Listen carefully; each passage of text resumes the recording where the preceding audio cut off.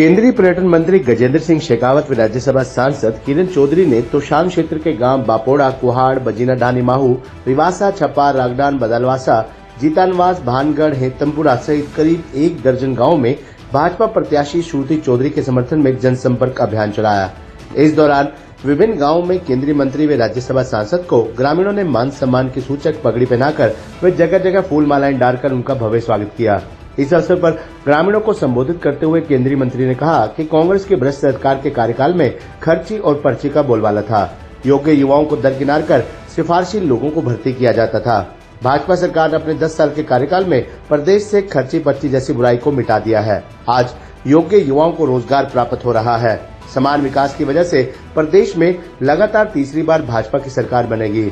उन्होंने क्षेत्र के लोगों से अपील करते हुए कहा, स्वर्गीय चौधरी बंसीलाल, सुरेंद्र सिंह और पिछले 20 वर्षों से क्षेत्र का प्रतिनिधित्व कर रही किरण चौधरी ने तोशाम के विकास को नए आयाम दिए हैं। इस अवसर पर पत्रकारों से बातचीत में केंद्रीय मंत्री ने कांग्रेस को दिल्ली में मां बेटे की और हरियाणा में बाप बेटे की पार्टी बताया। भाजपा में अंतर विरोध की बात को खारिज करते हुए उन्होंने कहा कि भाजपा के लोग साथ हैं।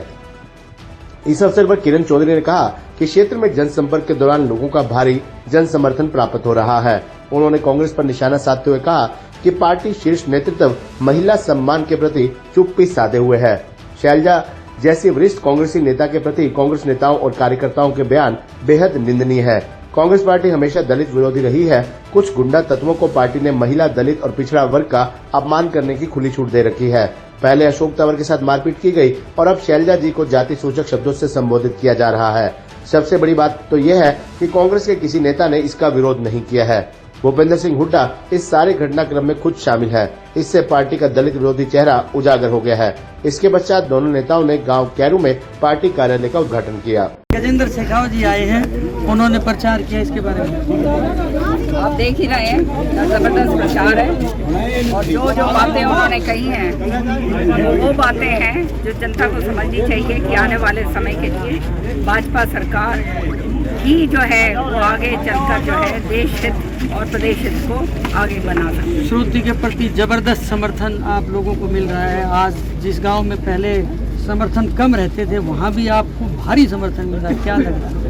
ये भाजपा का शीर्ष नेतृत्व का मैं धन्यवाद करती हूँ कि मुझे मौका दिया भाजपा में आने का और आज उसी का नतीजा है कि इतना ज़बरदस्त समर्थन जो अपने पुराने हैं और जो नए हैं सारे मिलकर जो है मिश्रण ऐसा हो गया है कि इतना ज़बरदस्त समर्थन मिला है। कई जगह ओछी जबान प्रयोग की जा रही है इस मामले में। शैलजा जी को लेकर के खास तौर पर हुड्डा गुट की तरफ से ये कहा जा रहा है कि तरह तरह की गलत बयानबाजी, और इसके ऊपर क्या कहें? इन लोगों की तो मानसिकता ही ओछी है और सबसे दुर्भाग्य की बात यह है कि महिलाओं जो है इनका शीर्ष नेतृत्व जो है वो महिलाएं कर रही हैं। फिर भी जो है महिलाओं के प्रति जो है जिस तरह की मानसिकता इनकी है ये सचमुच में बहुत ही दुर्भाग्यपूर्ण है। और वो ही नहीं, मैं तो एक बात आगे बढ़ के कहूँगी, शैलजा जी जो हैं वो एक बहुत कद्दावर नेता हैं और उनके लिए इस तरह के शब्द जो है जो इस्तेमाल करे गए हैं, जाति सूचक शब्द जो इस्तेमाल करे गए हैं, तो ये साफ दर्शाता है कि दलित विरोधी जो कांग्रेस है और दलितों के खिलाफ हमेशा काम कर रहा है। पहले तो अशोक तंवर का सिर फोड़ा,